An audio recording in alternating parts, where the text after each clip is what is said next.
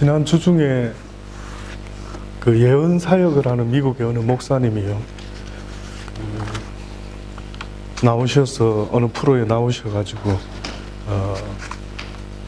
간증을 하시는데, 특히 그분이 이 우한 폐렴이 발생하기 전에 하나님이 미리 그 알려주신 그 꿈에 대한, 환상에 대한 이야기를 이렇게 하시더라고요. 근데 그분이 이렇게 보니까 용의 전쟁이라고 하는 이름으로 사단의 책을 보여주시더래요. 용의 전쟁. 그래서 이렇게 보니까 사단들이 지금 이 땅에서 하고자 하는 그 계획을 거기다 딱 적어놓고 한 9가지, 12가지 정도의 이런 어떤 스텝을 통해서 하나하나씩 일으켜내는 그런 이제 내용들이 적혀 있더랍니다. 그래서 그분은 환상을 통해서 본 것은 코로나가 우한 그 연구소에서 만들어지는 걸 보여주시더래요. 그래서 거기서 만들어져서 누군가가 어디로 가져가서 그걸 퍼뜨렸는지 그것까지는 자기가 잘 알지는 못하겠답니다. 그러나 분명한 사실은 중국에서 그것이 만들어져요. 사람의 손에 의해서 이 우한 폐렴이 만들어지는 것을 보았다. 그 누군가가 어떤 계획을 세워서 이 인류의 그런 나쁜 짓을 지금 하고 있는 그 배후에 악한 영이 있다라는 걸 아마 하나님이 알려주신 것 같아요. 그래서 그런 일이 있어지는 것을 보고 그 다음 보니까요, 그 다음 단계는 또 좀 더 센 그런 어떤 또 바이러스가 또 창궐하는 이런 계획이 또 있고요. 그 다음 단계를 보니까 경제를 갖다가 완전히 아주 뱅크럽 시키려고 하는 그런 또 계획이 있답니다. 그래서 사람들이 경제적으로 이제 먹고 살아가는 일들이 굉장히 어려운 상황으로 치달을 수 있도록 그렇게 해 나가고 있는데, 그런데 뜻밖에도 이 악한 사단들이 하는 이 짓거리 속에는 가장 그들이 쓰는 최고의 무기는 두려움이랍니다. 이게 바뀔 수가 있대요. 이게 하나님의 사람들이 하나님께 기도함으로 말미암아 이 사단의 계획을 멈출 수 있는 강력한 기도의 무기가 있다라는 겁니다. 그래서 하나님의 사람들이, 깨어있는 사람들이 이것을 멈추게 하나님 해 주십시오라고 한다면은 이 사단의 어떤 계획도 멈출 수밖에 없는데, 그런데 그렇게 기도하지 못하게 방해하는 가장 큰 영향력은, 사단의 무기는 뭔가 보니까 두려움이라는 겁니다. 두려움 때문에 어쩔 줄을 몰라 하는 겁니다. 여러분 혹시 높은 곳에 올라가서 뭐 어느 빌딩에 가면은 그 밑에 유리로 이렇게 속이 밑이 다 보이는 그런 데 혹시 올라가 보신 적 있습니까? 그러니까 막 여기서 사진을 찍고 그런다죠. 저도 언젠가부터는 나이 먹어가면서 이런 높은 데 올라가서 이렇게 보면은요, 얼마나 아찔한지는 모릅니다. 그래서 잘 그렇게 하지는 않는데, 근데 점점점 이 두려움이 생기면은요, 다리를 꼼짝을 못 하는 거죠. 예. 아예 실제 일어나지는 않았는데, 이 두려움이 오면은 실제 일어난 것처럼 꼼짝을 못 하는 겁니다. 그래서 살아가면서 가장 놀라운 것은요, 우리가 우리의 삶 속에 사랑이라고 하는 것을 품고 살지 못하면 그 반대가 뭔지 아십니까? 두려움입니다. 뜻밖이죠. 내 가슴 속에 러브가 없으면 무엇이 들어오게 되느냐 하면 피어가 들어온다. 피어.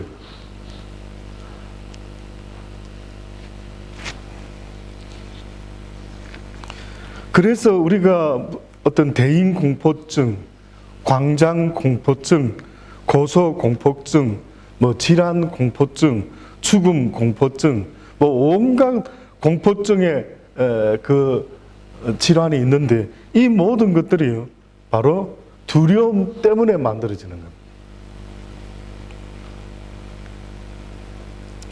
에즈워드라는 사람은 두려움은 수백 개의 눈을 가지고 있어 당신의 마음을 괴롭힌다라는 표현을 했는데요. 세네카라고 하는 사람도요, 두려움이 있는 곳에는 행복은 없다라고 그렇게 이야기를 했습니다. 뿐만 아니라 독일의 영성가였던 에크하르트라고 하는 사람은요, 이렇게 말했습니다. When you fear God, everything is not afraid. But when we are not afraid of God, everything is afraid. 내가 만약에 God을 afraid 하면은 두렵고 떨리는 마음으로, fear라고 할 때는 두렵다라고 하죠. 한국말로 두렵다. 그런데 fear라고 할 때에는 이 두려움과 플러스 무서움과 두려움이 어떻게 보면 같이 이렇게 투게더 하고 있습니다.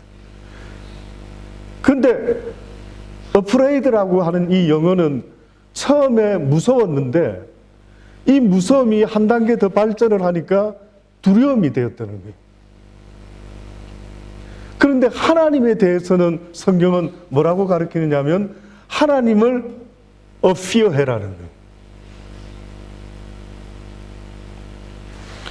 여러분의 믿음이요, 하나님 말씀에 순종하지 못하는 이유가 뭘까? 왜 목사님, 저는 하나님 말씀을 순종이 잘 안 됩니다. 한 10개 있으면은 한 하프 정도는 좀 되는 것 같은데 하프는 obey가 잘 되지 않습니다. 왜일까요? 내 마음에 어떤 믿음을 갖고 있기 때문에 그럴까요? 하나님에 대한 fear가 없으면은요, 이 믿음은 온전한 믿음이 아니라는 거예요. 그래서 여러분이 아는 믿음의 조상들 중에 성경에 아주 후세의 본을 삼으신 그 믿음의 조상들은요, 모두가 어떤 믿음을 갖고 있었냐면 바로 그 fear라고 하는 이 믿음을 갖고 있었던 겁니다. 혹시 아십니까? 노아 할아버지를 아십니까? 노아 할아버지. 주일학교 때 우리 아이들도 배웠는지는 모르지만은 저도 어렸을 때 그런 노래가, 비슷한 노래가 있었죠. 노아 할아버지 배를 만든다. 노아 할아버지 배를 만든다. 높은 산꼭대기에서 배를 만든다. 강가나 바닷가 가까이에서 배를 만들고 난 이후에 띄워보내야 되는데 노아 할아버지는 뜻밖에도 산에다가 배를 만들고 있는 겁니다. 그러니 사람들이 어떻게 보면 이해가 되지 않죠. 왜 저 짓을 하고 있지? 왜 저 사람은 산에다가 저 배를 짓고 있을까라고 했을 때 히브리서 기자는 히브리서 11장 7절에 뭐라고 그 노아에 대해서 말하고 있느냐면 믿음으로 노아는 아직 보지 못한 일에 경고하심을 받아 경외함으로 방주를 예비하여 그 집을 구원하였으니 이로 말미암아 세상을 정죄하고 믿음을 쫓는 의의 후사가 되었습니다. 보세요. 믿음으로 노아가 하나님께서 아직 보지도 일어나지도 않은 일에 대한 경고하심을 받아서 이게 실제 일어날지 안 일어날지 전혀 알지 못하는 어떤 일을 하나님으로부터 이렇게 경고받아서 그 다음에 그가 반응했던 것은요, 경외함으로 믿음으로 시작했는데 지금 노아 할아버지가 경외함으로 그 명령을 받아가지고 어떻게 했다고요? 준행을 했다라는 거예요. 그래서 결국은 그의 가족들을 구원하게 되었다라고 하는 이야기를 하고 있는 겁니다. 노아 홍수의 심판이 있을 때까지 성경에 나오는 하나님의 자손들 하나도 이 땅에 홍수로 죽지 않도록 미리 다 데려가셨어요. 그래서 뜻밖에도 보면 하나님께서 노아의 홍수를 맞이하기 전에 하나님의 사람들은 전부 다가 이 땅에서 다 이미 떠나게 하십니다. 그래서 오직 노아의 가족들만 남아가지고요, 그 노아의 방주를 짓게 하시고, 그리고 그 가족들이 그렇게 구원을 얻게 되었다라고 이야기합니다. 그럴 수 있었던 믿음, 그건 바로 경외하는 믿음이 있어야 됩니다. 믿음이라고 하는 것은 보통 때 필요한 게 아닙니다, 여러분. 이 세상 살아가다가 얼마나 힘들고 어렵고 속상하고 답답하고 안타깝고 깝깝할 때가 한두 번이 아니죠. 이게 이렇게 딱 됐으면 좋겠는데 왜 이렇게 안 되지? 라고 할 때에 믿음의 삶을 살아라고 하나님이 우리에게 말씀하고 있는 겁니다. 그래서 지금부터 믿음의 삶이 시작되는 겁니다. 도무지 이루어질 것 같지도 않지만 이루어지면 너무 좋겠는데 과연 이루어질 수가 있을까라고 하는 그 일이 있다면 이제부터 내가 믿음의 삶을 시작하는 겁니다. 도무지 이루어질 것 같지 않은 그 일을 믿음으로 받고 하나님을 경외함으로 행동으로 옮기며 그것이 이루어진 것처럼 산에다가 방주를 짓기 시작하는 겁니다.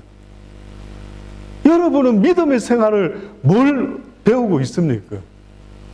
우리가 하나님을 믿는다라고 할 때는 믿을 만한 세상에서 말할 수 있는 이야기가 아니죠. 도무지 믿을 수 없는 세상에서 그때 필요로 하는 것, 이것이 바로 믿음이라고 하는 겁니다. 저는 여러분이 영주권 문제도 그렇고 문제도 그렇고 그 하나님 앞에 모두 다가 그때부터 이제 믿음의 삶을 시작하는 거죠. 여러분이 저를 위해서 기도할 때 목사님 신장이 완치될 수 있도록 아주 기적적으로 되게 해달라고 기도하고 있다면서요.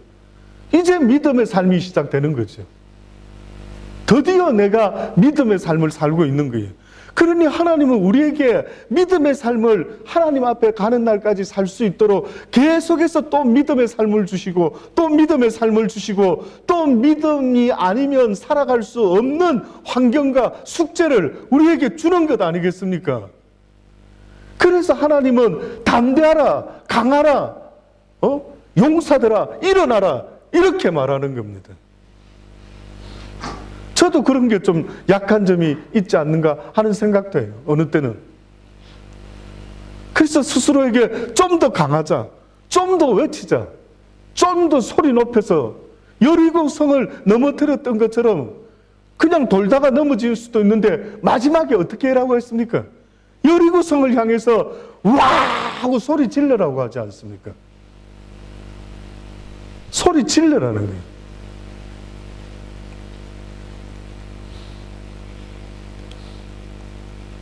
하나님이 하실 겁니다. 하나님. 그 약속을 이 땅에서 받지 못하더라도 하나님은 우리에게 그 증거를 보이신다. 아브라함도 약속을 받지 못했어요. 네 자손이 하늘의 별과 같이 땅의 모래알과 같이 엄청나게 많은 자손들이 번성될 것이다 했는데 아브라함이 그걸 봤어요? 못 봤어요? 못 봤죠. 그런데 증거는 받았대. 무슨 증거? 하나님께서 그렇게 하겠다라고 하신 약속의 말씀을 증거로 받았대.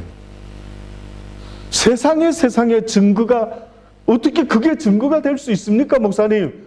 그게 증거가 된다라고 지금 말하는 거예요. 성경에서 증거라고 하는 그 에비던스가 어떤 게 에비던스가 될 수 있어요?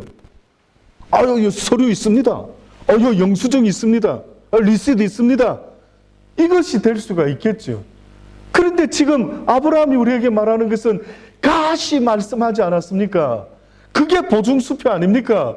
그게 당신이 말씀하신, 당신은 말씀하시면 무엇이든지 능치 못함이 없지 않으십니까? 라고 하는 그 증거를 받았다라는 거예요. 사랑하는 여러분, 어차피 얼마 동안 살 수 있을지 우리는 누구든 장담할 수 없죠. 그러나 사는 날 동안 하나님의 그 약속의 말씀 믿고 나아가는 겁니다. 뭐라고 하셨습니까?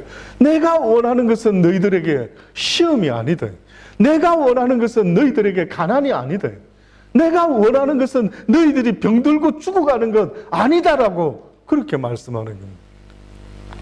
내가 원하는 것은 너희들의 담대한 믿음을 가지기를 원한다. 그런데 어찌하여 너희는 사단의 그 fear를 느껴가지고 두렵고 떨림으로 다 포기해버리는 거예요. 그래서 하나님 앞에 더 가까이 가는 게 아니라 오히려 만약에 더 뒤로 물러서 버리는 거예요. 저도 똑같습니다. 늘 싸웁니다. 사단은 저 마음속에도 늘 안 돼. 야, 네가 하나님 앞에 잘못한 것도 없는데 왜 이렇게 몸이 아프고 그래? 야, 너의 하나님 널 버렸어. 늘 그 두 가지가 싸웁니다.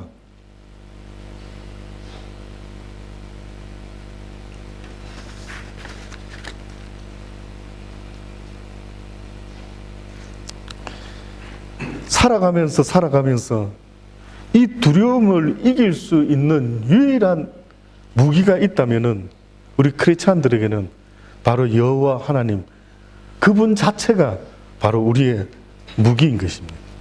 그래서 위르건 힐러라고 하는 사람이 이런 재미난 이야기를 했더라고요. 늑대를 만났을 때의 비유를 들어서요, 두려움의 상대성을 설명했습니다. 두려움의 상대성. 그러니까 이게 두려움이라는 것이 어떤 환경, 시츄에이션에 따라서 어떻게 이게 나타나게 되는 거예요.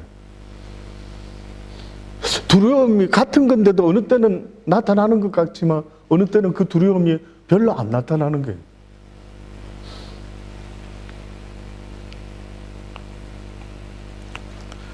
여러분은 혹시 두려움을 느껴보신 적 있으십니까, 혹시? 무엇이 여러분을 가장 두렵게 합니까? 나 이거 안 되면 큰일 나는데 무엇이 여러분 가장 두렵습니까? 아마 학생들에게는 공부를 열심히 해서 좋은 결과를 얻고 싶은데 혹시나 좋은 결과를 얻지 못할까 봐 두려울 수 있죠. 비즈니스를 하는 아빠들은 혹시 사업이 안 될까 봐 두려울 수도 있죠. 또 혹시나 내가 아무거나 막 먹다가 몸이 갑자기 아프면 어떻게 하지? 라고 하는 두려움도 느낄 수가 있죠. 그 모든 배후에 두려움이 온다라는 것은 지금 내 마음속에 무엇이 없어졌다? 사랑이 없어졌다. 그래서 오늘 본문의 제목이 사랑 안에 두려움이 없고 온전한 사랑이 두려움을 내어 쫓는다라고, 그렇게 하나님은 우리에게 기준을, 그 상대적인 원리를 말씀해 주고 계셔요. 근데 성경에 말씀한 것도 있지만은 이 위르건 힐러라고 하는 사람이 이런 조사를 한 겁니다.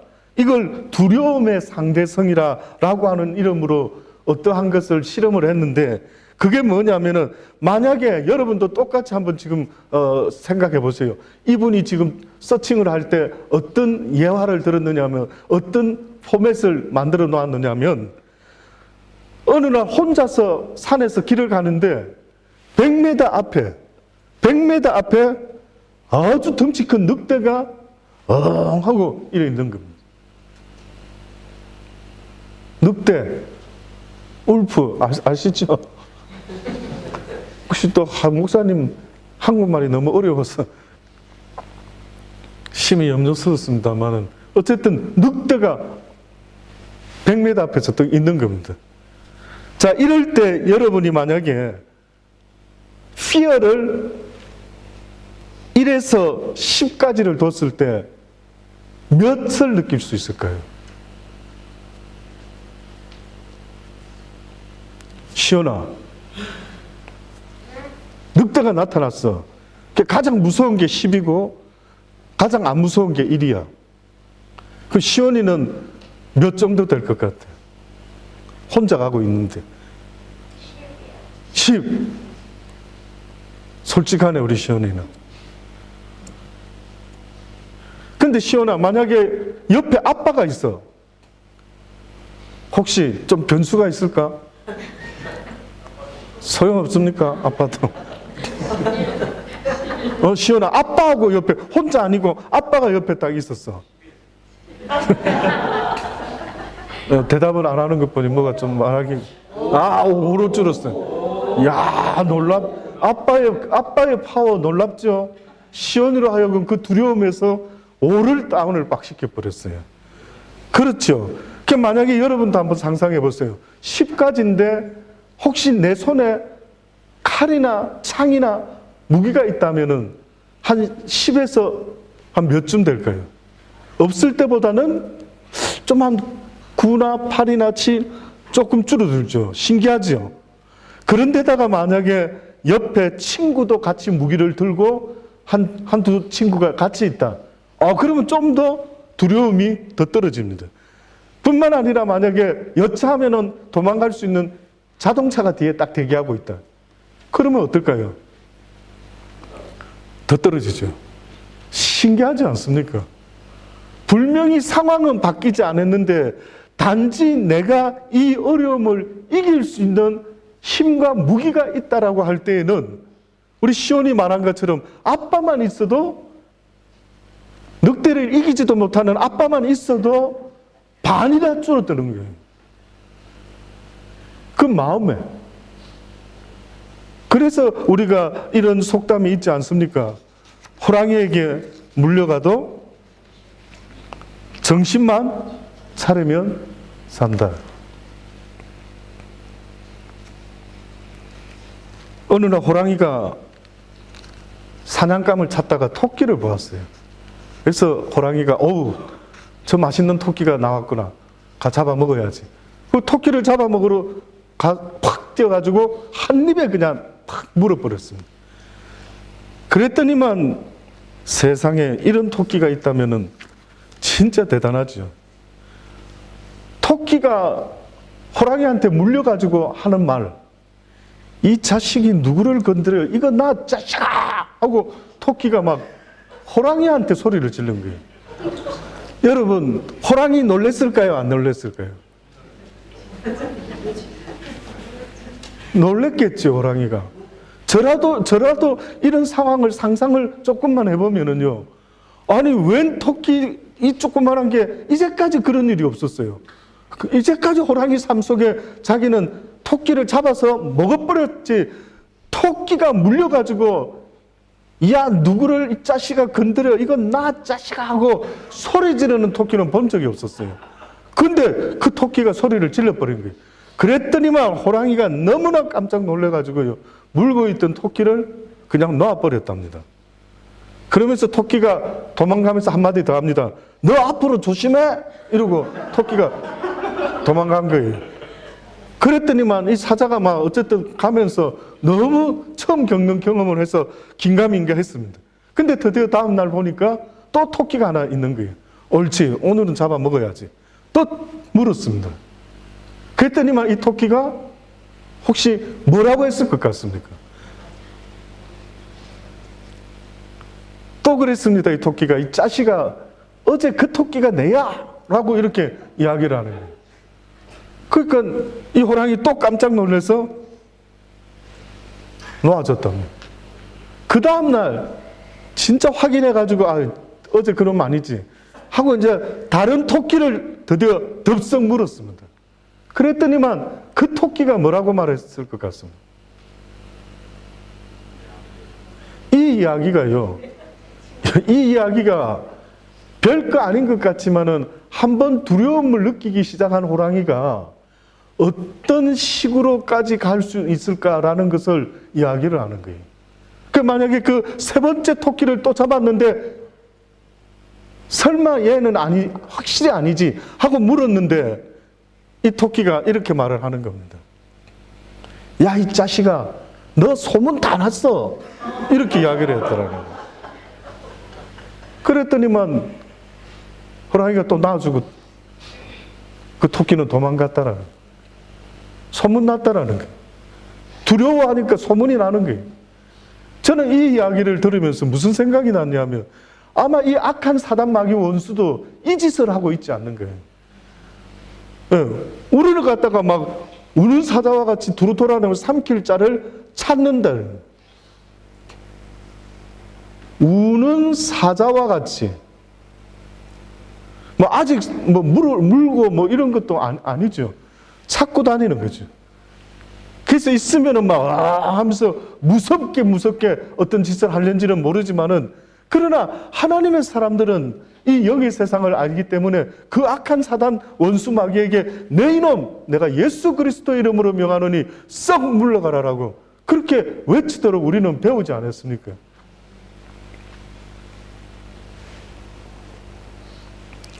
그럴 때에 그 악한 영들이 도망간다라는 것.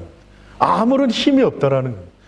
예수님이 이미 십자가에서 모든 악한 사단 마귀의 권세를 이미 이기셨기 때문에 사자가 우는 사자와 같이 어른없는 거릴는지 몰라도 실제적인 힘과 능력은 이미 상실되어 있다라고 하나님이 영적 팁을 우리에게 주시고 있는 겁니다. 자꾸 두려워하는 겁니다. 한번 보셔요, 여러분. 어차피 똑같은 50년, 60년, 70년 사는데 어떤 사람은 막 허구한 날 두렵게 살고 있어요. 허구한 날 마음이 아주 컴피하지가 못하고 늘 그냥 피어한 이 느낌으로 사는. 그래서 여러분도 아이들을 키울 때 저는 그걸 반대입니다. 그 가끔씩 엄마들이 될지 아빠가 될지는 모르지만 저는 그렇게 거의 하지는 않습니다만 애들을 이렇게 협박하듯이 겁을 주면서, 그쵸? 너 이거 공부 안 하고 너 엄마 말 아빠 말 안 들으면 너 그래 안 들으면 뭐 어떻게 할 건데 더 사랑해 줄 거야 뭐 이렇게 말한다면은 뜻밖이죠. 제가 언젠가 말하지 않습니까? 저희 그 한국에서 목회할 때 어느 집사님이 저한테 언젠가 그러시더라고요. 저 목사님 그때 설교하셨을 때 이렇게 말씀하신 거 저 아직도 기억합니다. 그게 뭔가 봤더니만 속 썩이는 애들을 집에서 그 집도 아들이 셋이 있는데 속 썩이는 그 아이들 때문에 힘들어서 어쩔 줄 몰라 하는 그 집사님에게 제가 그랬죠. 오히려 더 사랑으로 원수를 갚아라, 사랑으로. 그래서 그 아이가 어디 나갔다가 살아보고 나서 어휴 우리 엄마가 해주는 밥이 최고였구나, 우리 엄마랑 살 때가 최고 좋았구나, 우리 아빠랑 살 때가 최고 좋았구나 라고 느낄 수 있을 정도로 그 아이의 일생에 아주 진한 사랑을 맛보여줘라. 그래서 그 아이가 어디 나가서 살다가 그 사랑 잊지 못해서 다시 돌아올 수 있도록, 그래서 그 사랑으로 그 아이를 이길 수 있는 그런 마음으로 그 아이를 키워야 된대. 근데 그 엄마가 힘들 때마다 그 생각을 한대요. 애들 셋 키우면서 너무너무 말을 안 듣는데요. 학교도 잘 안 가고 뭐 어떻게 해야 될지 모를 때가 한두 번이 아니랍니다. 그분이. 제가 차마 디테일하게 그 개인 프라이버시니까 말을 못하는 거죠. 들어보니까 너무 속상한 거예요. 참, 그 엄마는요, 그 제가 한국에서 목회를 하면서 그분이 피아노 반주를 했거든요. 전공한 것도 아니에요. 그냥 어디 옆 가라로 배워가지고. 근데 잘 쳐요.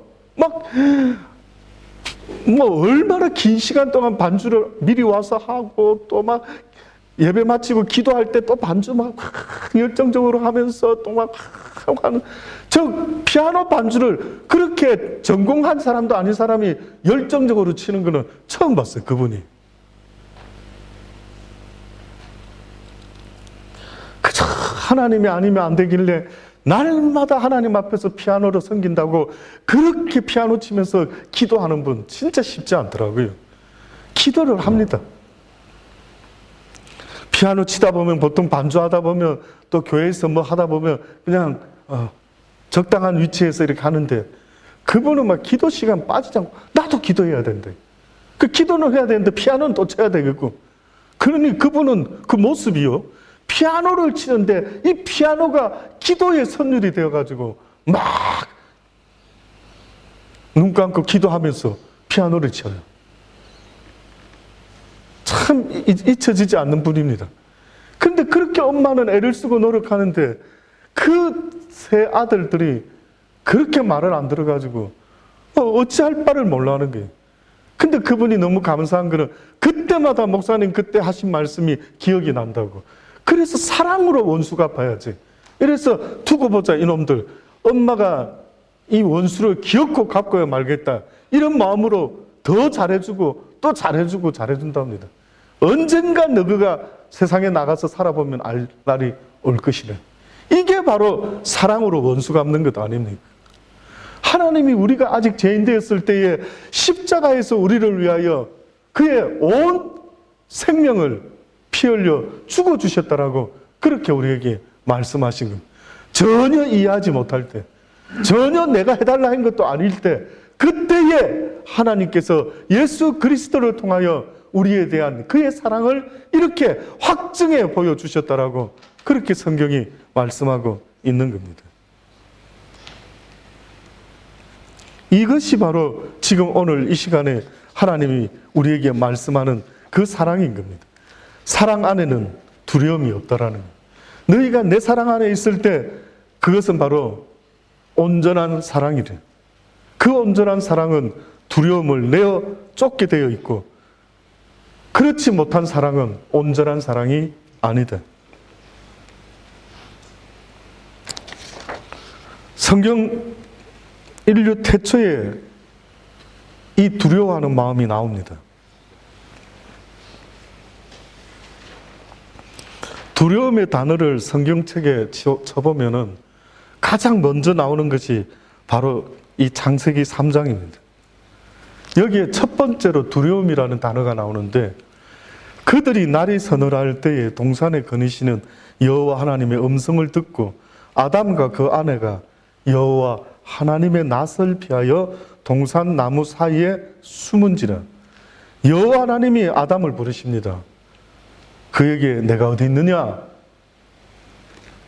그때 아담이 앤서가 뜻밖입니다. 뜻밖입니다.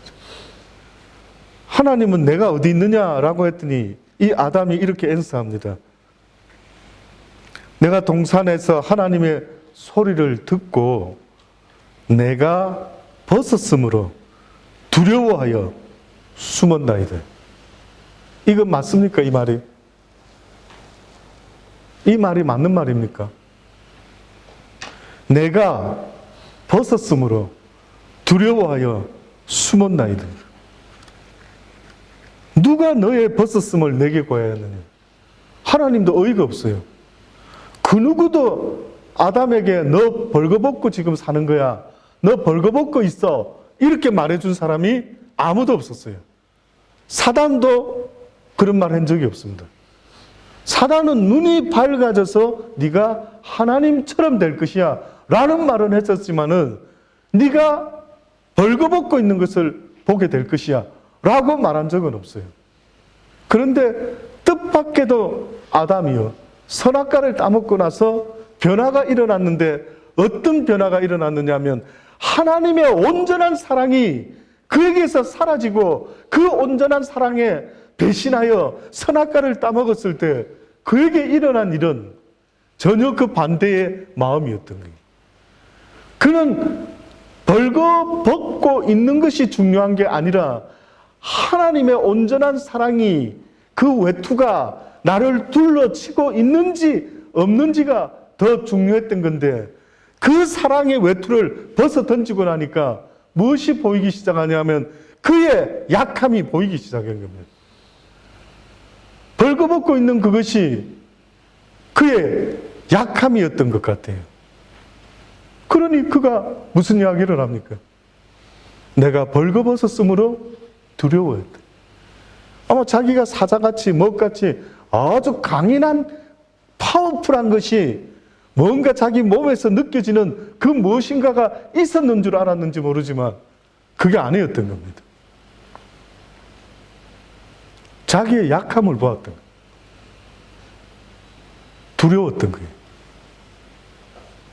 그래서 인류 태초의 두려움이라는 것이 어디서 나왔는가 보니까 바로 이 아담이 하나님 앞에 범죄하고 그 하나님의 소리를 들었을 때 그가 숨으면서, 그 다음에 하나님이 찾았을 때에 그가 앤서했던 그 변명은 내가 벗었으므로 두려워하여 숨었나이다. 누가 너의 벗었음을 내게 고하였느냐? 내가 너더러 먹지 말라 명한 이 나무 실과를 내가 먹었느냐? 결국은 우리가 이 세상을 살아갈 때에 두려움 없이 떳떳한 그 온전한 사랑에까지 나아가기를 원한다면요, 바로 이 모든 죄에 대한 것 하나님 앞에 날마다 회개함으로 나갈 수 있는 믿음이 있어야 된다는 사실을 잊어서는 안 됩니다.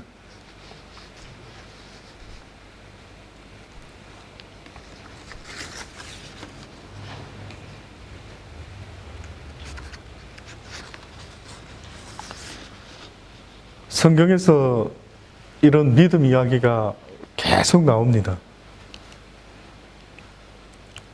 다윗도 우리가 잘 아는 시편 23편에 보면은요, 제가 개인적으로 늘 외우며 읊조리는 그런 성경 구절이기도 한데요.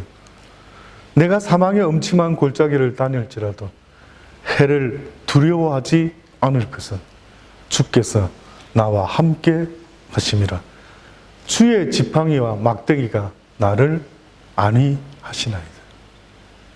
이것이 다윗 왕의 고백입니다. 믿음의 고백. 그러니까 그는 무엇을 늘 느끼고 있느냐 하면은 내가 무슨 무기를 갖고 있는가라고 보니까 영적으로 왕 중의 왕이신 바로 그 여호와 하나님을 그는 자신의 영적 무기로 삼고 그것이 자기를 인도하는 여호와의 지팡이와 막대기가 된다라고 그렇게 고백을 했던 겁니다.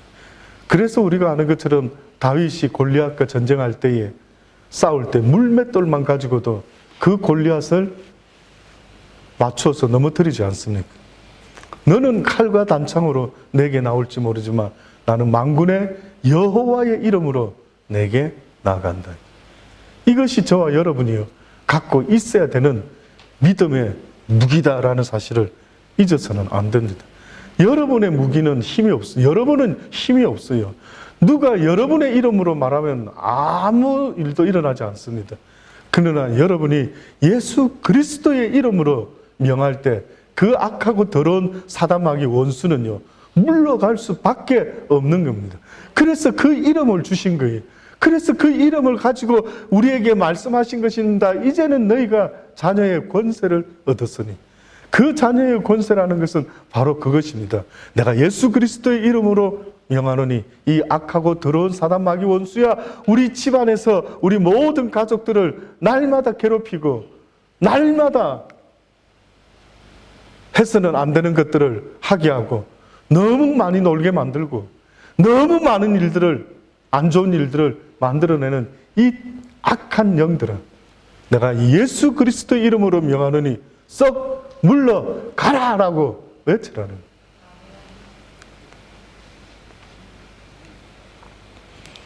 그래서 아무리 이 악한 사단마귀 원수들이 이 코비드-19를 통해서 또 더 독한 바이러스를 통해서 또 그래서 경제적으로 어렵고 힘든 일들을 만들어낸다 할지라도 우리에게는 이 예수 그리스도가 우리의 하나님 되심을 잊지 마시라는 겁니다. 이럴 때 써먹으려고 있는 것들, 이럴 때에 필요로 하는 게 믿음이지 평화로울 때 과연 무슨 소용이 있습니까? 이럴 때 오히려 하나님께 기도하며 담대히 나아간다면 죽으면 죽으리라 하고 나가면 될 거 아닙니까? 어차피 죽는 건데 믿음으로 하나님 앞에 고백하며 죽을 수 있는 것도 은혜지 않습니까? 그냥 길에 가다가 자동차 사고로 죽을 수도 있고 그냥 어디 가다가 뭐가 떨어져서 맞아 죽을 수도 있고 온갖 죽음의 모습이 있는데 오히려 말씀을 붙잡고 아버지 죽으면 죽으리이다 이 어려움 속에서 지켜주실 줄을 믿습니다. 이게 더 문제입니다. 이 믿음이 있고 그래서 하나님은 모세를 통해서 여호수아와 갈렙은 배웠지요. 너희는 강하고 담대하라. 두려워 말라. 그들 앞에서 떨지 말라. 이는 내 하나님 여호와 그가 너와 함께 가시며 결코 너를 떠나지 아니하시며 버리지 아니하심이라. 모세도 여호수아에게 이렇게 당부를 했습니다. 너는 강하고 담대하라. 너는 이 백성을 거느리고 여호와께서 그들의 조상에게 주리라고 맹세하신 땅에 들어가서 그들에게 그 땅을 차지하게 하라. 그리하면 여호와가 그가 내 앞에서 가시며 너와 함께하사 너를 떠나지 아니하시며 버리지 아니하시리니 너는 두려워하지 말라, 놀라지 말라. 여호수아는 끝까지 가나안 땅에 들어가서 그 가나안 족속들을 다 정벌하지 않습니까?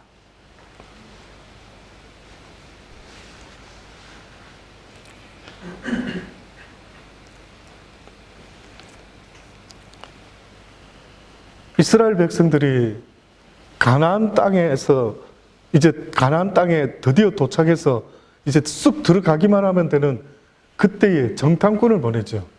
근데 뜻밖에도 열 정탐꾼은 뭐라고 이야기를 했냐면 그들은 너무 크고 우리는 완전히 메뚜기 같고 이거 뭐 완전 여기서 우리는 아주 죽을 것 같다라는 이야기를 하면서요. 모든 이스라엘 백성들이 그 믿음 없는 말을 들으면서 다들 벌벌벌 떨면서 막 원망을 하고 불평을 하고 다시 애굽으로 돌아가자라고 하고 난리가 아니었습니다. 그때 여호수아와 갈렙이라는 이 두 사람은 똑같은 이야기를 이렇게 모세한테 들었을 때 담대하라, 하나님이 너와 함께 하실 것이라. 그들은 우리의 밥이다. 우리는 그들을 이길 수 있다. 왜? 하나님이 우리를 기뻐하신다면. 무슨 말입니까? 우리가 믿음을 가지고 나가기만 한다면 저들은 우리의 밥이다. 그렇게 말했어요.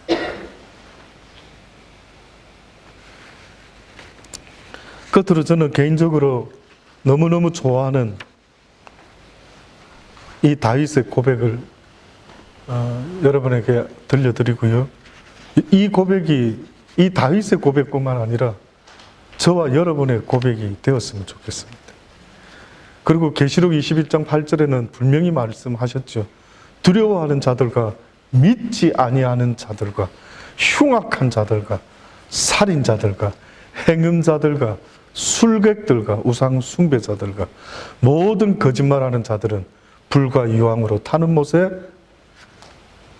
참여하려니 이것이 둘째 사망이래.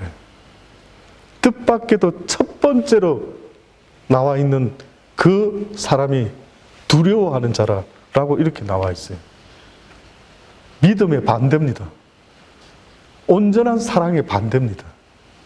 두려워한다라는 것은 지금 뭔가가 사랑이 부족하다라는 증거입니다.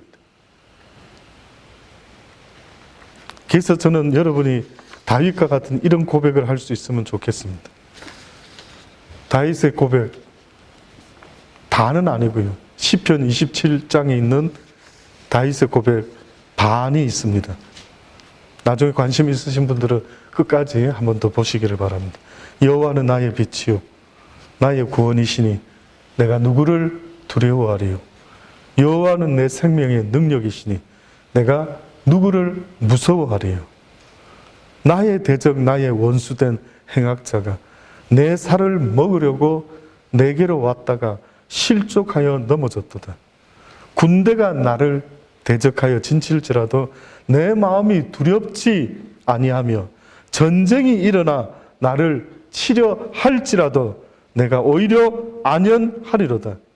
내가 여호와께 청하였던 한 가지 일 곧 그것을 구하리니 곧 나로 내 생전에 여호와의 집에 거하게 해달라. 여호와의 아름다움을 앙망하기를 원한다. 얼마나 아름다운지 아십니까? 나는 이 세상 살아가면서 그 무엇도 두렵지 않다. 그러나 오히려 내가 두려울 수 있는 것은 여호와의 집에 들어가지 못할까 봐, 여호와의 집에서 살지 못할까 봐 나는 그것이 더 두렵다. 그래서 나는 여호와의 집에 거하여 여호와의 아름다움을 앙망하며 그 전에서 사모하게 하실 것이라. 여호와께서 환난 날에 나를 그 초막 속에 비밀히 지킬 것이라. 그 장막 은밀한 곳에 나를 숨기시며 바위 위에 높이 두시리로다. 이제 내 머리가 나를 두른 내 원수 위에 들리리니 내가 그 장막에서 즐거운 제사를 드리겠고 노래하여 여호와를 찬송하리로다. 하리로다. 아멘. 기도하시겠습니다. 하나님, 믿음의 사람이 되기를 원합니다. 하나님의 말씀에 순종할 수 있는 하나님의 사람들이 되기를 원합니다. 세상의 그 어떤 것에 두려워하지 아니하고 용기 있게 담대하게 승리를 날마다 외치며 승리의 함성을 외치며 그렇게 용사와 같이 전진하며 살아가는 믿음의 사람들이 다 되기를 아버지 원합니다. 우리에게 은혜 베풀어 주시고 날마다 어떤 환경에서도 그렇게 하나님을 섬기며 하나님이 나의 하나님됨을 선포하며 살아갈 수 있는 우리 모두가 되게 하여 주옵소서. 예수님의 이름으로 기도합니다. 아멘.